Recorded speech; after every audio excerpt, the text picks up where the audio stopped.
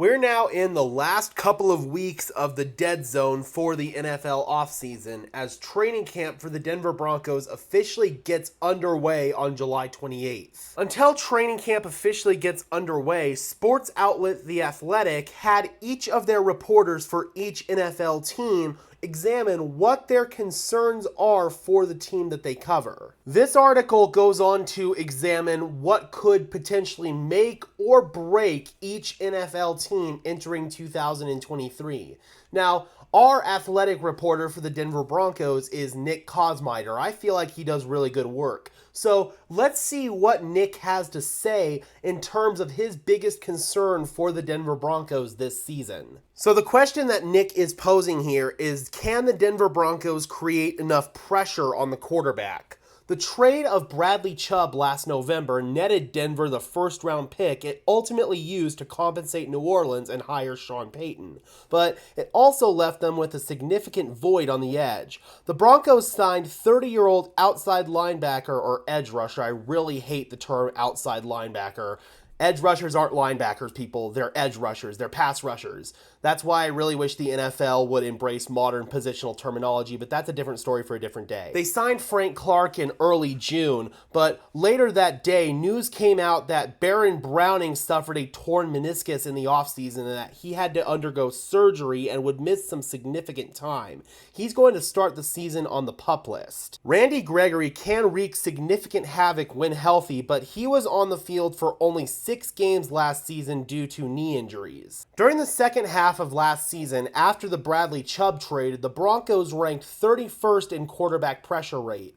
They will hope that with some combination of Vance Joseph's scheming, which does work to the benefit of edge rushers, we saw that both in his time in Denver previously, when he got the most out of Von Miller and Bradley Chubb, and then we saw that in Arizona as well, when he got really good production out of players such as Chandler Jones and J.J. Watt, and guys such as Cameron Thomas, a rookie last season.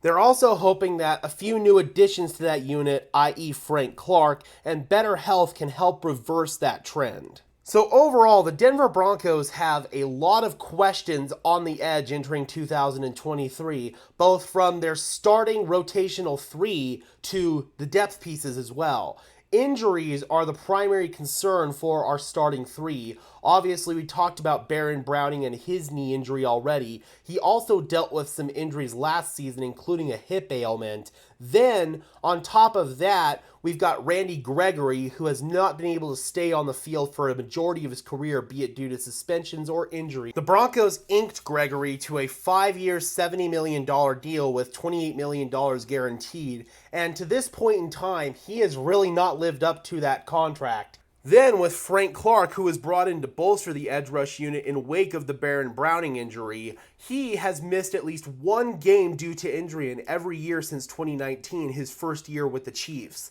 The last time that he played in a full, what was then a 16-game regular season, was his last season in Seattle in 2018. Clark is a guy who has been ultra productive for the Kansas City Chiefs in the playoffs particularly, but for the last couple of seasons, he's been kind of knocked for his lack of production in the regular season. Now we come over here to my favorite site, Ourlads, and we're going to take a look at the Denver Broncos' depth at edge rusher, and there's a lot of question marks there as well, beyond our starting rotational 3 in Randy Gregory, Baron Browning, and Frank Clark. So right now, our main 2 backups, if you will, at the edge rush position, not counting the starting 3, are Jonathan Cooper and Nick Bonitto. Cooper was a 7th-round pick out of Ohio State back in 2021, and he's done some pretty nice stuff in a rotational role, but he hasn't really broken out into a consistent, reliable rotational edge rusher at this point in time.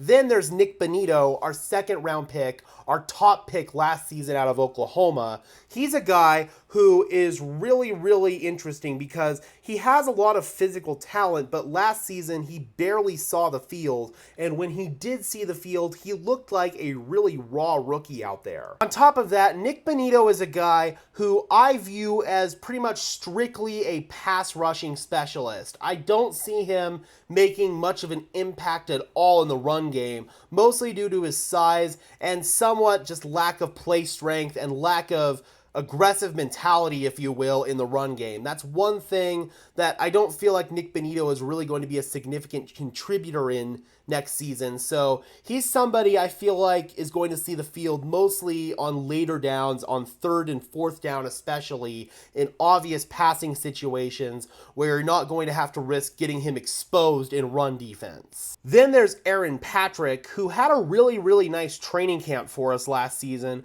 Then he tore his ACL in our first game against the Chargers over at SoFi Stadium in a sideline collision. It was an absolute BS situation in my opinion. Never should have happened. But regardless, Aaron Patrick is healthy going into this season, and it's going to be interesting to see if he can maybe carve himself out a rotational role or maybe a role on special teams, because he was playing special teams when he got injured, if I'm not mistaken. So Aaron Patrick is a guy I would definitely keep an eye on to maybe make the 53-man roster as a special teams guy, and he could carve himself out a role as a rotational edge rusher as well. Then we've got Christopher Allen, who was an undrafted free agent last season out of Alabama, and he's a guy who is really physically talented, but injuries have really bogged down his collegiate career and his first year in the NFL as he spent the whole season on IR. The Broncos probably feel like anything they get from Christopher Allen is house money, but at the same time, man, he's got some really nice tools in his toolbox, so I'm curious to see how Vance Joseph would maybe like to approach going about using him, because if they use him correctly, I feel like Christopher Allen might be able to break out and carve himself out a role on this defense, assuming, of course, he can stay healthy. Finally, we've got a pair of undrafted free agents this past season at edge rusher in Thomas Incoom and Marcus Haynes, and they're guys that I don't foresee making the active roster in any situation. Their best bet to make the team is on the practice squad, but even then, I feel like that's going to be a bit far-fetched. I don't know if Christopher Allen is going to be necessarily a practice squad candidate, especially if he shows out during training camp and the preseason, because you know that there's going to be some team out there that goes out and poaches him from the practice squad and signs him to their active roster. Another possibility for the Denver Broncos is that they could rotate in Drew Sanders at edge rusher, but he's more of an off-ball linebacker than he is an edge rusher, although he did play some edge in college. The Broncos tried that experiment with Baron Browning, trying to rotate him in between off-ball linebacker and edge rusher in his rookie season. Eventually, they realized that he was better suited on the edge. I feel like it's kind of the opposite with Drew Sanders. He's a little bit better suited as an off-ball linebacker, in my opinion. So, therefore, I think the Broncos more so see Drew Sanders as the successor for Josie Jewell long-term, because he's a guy who's facing free agency at the end of this season. But at the same time, just to get him some snaps and get his feet wet, if you will, during his rookie season, I could see the Broncos rotating in Drew Sanders. Now, that said, there are a lot of unknown commodities at the edge rush position, especially when we get down towards the depth. We don't know what kind of production guys like Jonathan Cooper and Nick Bonitto are going to bring to the fold.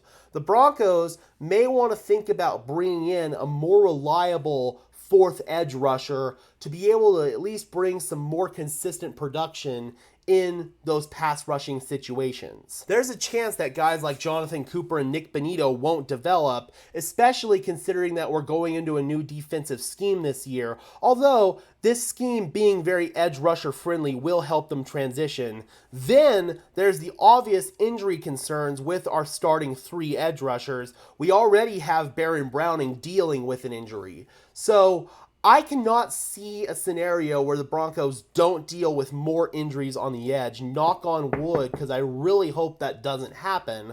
But at the same time, man, given our history and our bad luck with injuries, you have to prepare for that scenario if you're the Denver Broncos. You can't just hope and depend on the fact that we've changed our training regimen, brought in a new training staff and a new strength and conditioning staff, and that will help lower the amount of injuries. You can't depend on that if you're George Paton and if you're Sean Payton. You have to have quality depth on the edge, and right now, the Denver Broncos, quite frankly, don't know if they do or if they don't have quality depth on the edge.